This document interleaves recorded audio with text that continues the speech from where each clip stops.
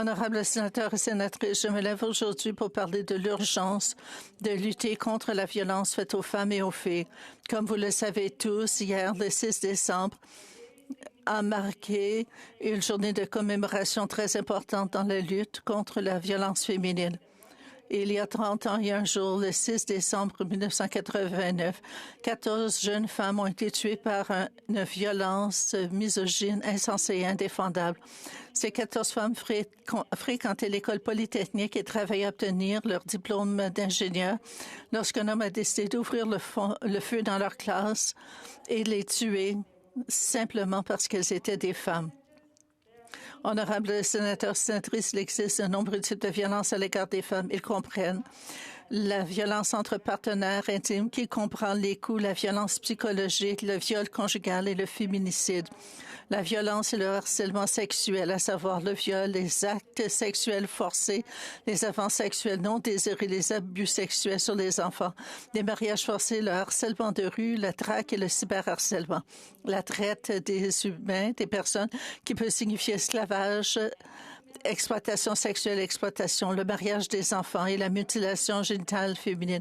En 1997, le gouvernement du Canada a adopté une loi visant à modifier le code pénal et à faire reconnaître les mutilations génitales féminines comme étant une forme d'agression grave. Malheureusement, cette loi n'a jamais été appliquée au Canada.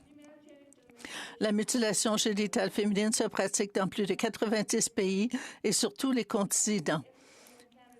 Le Réseau canadien pour mettre fin aux mutations génitales estime qu'il y a plus de 100 000 survivantes au Canada et que des milliers de filles sont toujours en danger.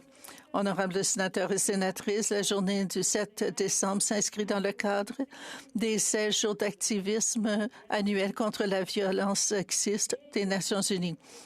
La dernière jour, aujourd'hui, hier et tous les jours, nous nous rappelons du besoin urgent de mettre fin à la violence contre les femmes sous toutes ses formes sinistres.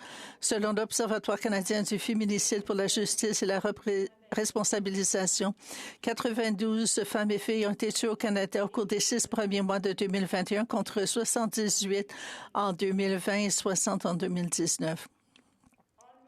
Honorables sénateurs et sénatrices, ce n'est pas un problème du passé, c'est un problème actuel et à défaut d'action sérieuse, il se poursuivra à l'avenir.